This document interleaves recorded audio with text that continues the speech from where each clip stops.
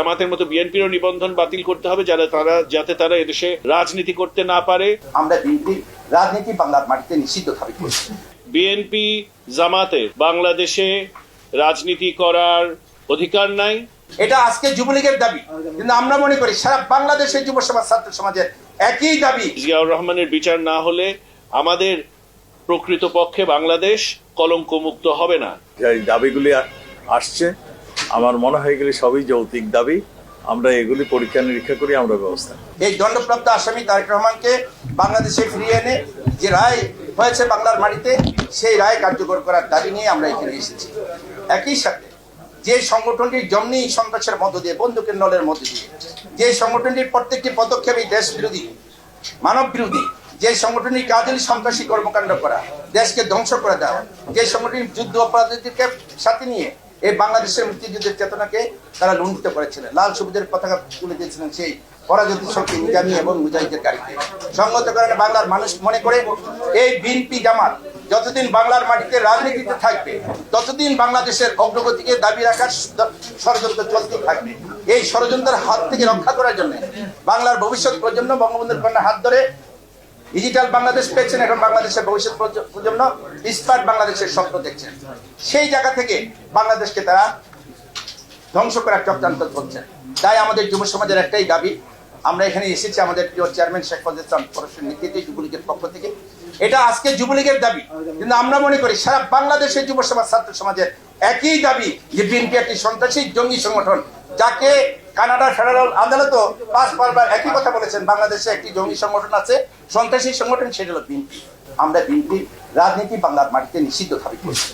যতদিন পর্যন্ত বাংলাদেশের রাজনীতিতে বিএনপি মাঠে বিচরণ করবে, ততদিনই বাংলাদেশের বিরুদ্ধে ষড়যন্ত্র চলবে। এই ষড়যন্ত্রের হাত থেকে দেশকে, জাতিকে রক্ষার জন্য আমাদের পবিত্র দায়িত্ব মনে করি আমরা আজকে মাননীয় স্বরাষ্ট্রমন্ত্রী মহোদয়ের কাছে এসেছি। আমাদের দাবি অত্যন্ত পরিষ্কার এবং ক্লিয়ার দাবি। সেটা হচ্ছে যে 75-এর হত্যাকাণ্ডের যে মাস্টার মাইন্ড যে জিয়াউর রহমান, এটা আজকে জনসাধারণের কাছে পরিষ্কার, বিশেষ করে যুব সমাজের কাছে এটা পরিষ্কার। কারণ তারাই বেনিফিশিয়ারি হত্যাকাণ্ডের, তারাই দল গঠন করেছে বন্দুকের নল উঁচা করে, এবং তারা সন্ত্রাস দ্বারা সৃষ্টি।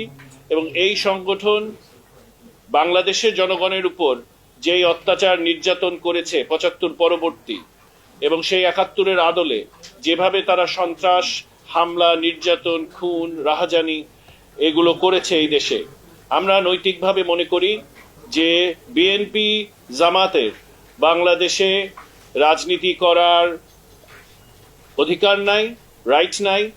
এবং দ্বিতীয়ত, আমরা যে কারণে স্বরাষ্ট্র মন্ত্রণালয় প্রাসঙ্গিক, সেটা হচ্ছে আমরা চাই যে আমাদের দাবি যে জিয়াউর রহমানের মরণোত্তর বিচার আজকে যুব সমাজের, বাংলাদেশের সকল যুব প্রগতিশীল এবং অসাম্প্রদায়িক যারা একটা উন্নত মর্যাদাশীল বাংলাদেশ বিনির্মাণের ক্ষেত্রে সংগ্রাম করে যাচ্ছে, সেই সকল নাগরিকেরই প্রত্যাশা যে জিয়াউর রহমানের বিচার না হলে আমাদের প্রকৃতপক্ষে বাংলাদেশ কলঙ্ক মুক্ত হবে না।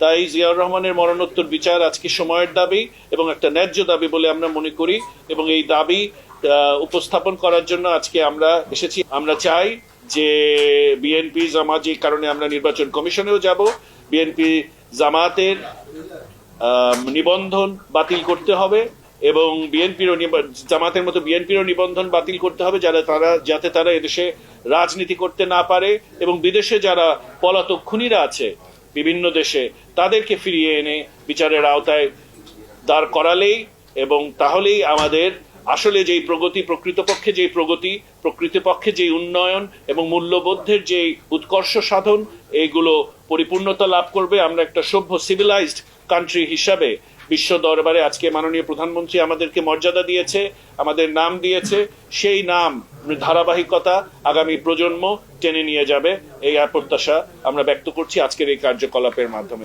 আমরা মনে করি আইন অনুযায়ী যে ব্যবস্থা স্বরাষ্ট্র মন্ত্রণালয় করার দরকার, সেটা আমরা করব। আমরা সমস্ত ঘটনাই জানি। ইতিমধ্যে তারেক জিয়া এবং তার স্ত্রীর নামে তারা অভিযুক্ত হয়েছেন, আদালত দ্বারা তারা দণ্ডিত হয়েছেন। এবং তাদেরকে ফিরিয়ে আনার জন্য আমাদের যা যা করার আমরা করব। আর যে দাবিগুলি আসছে আমার মনে হয় এগুলি সবই যৌক্তিক দাবি, আমরা এগুলি পরীক্ষা নিরীক্ষা করি, আমরা ব্যবস্থা নেব।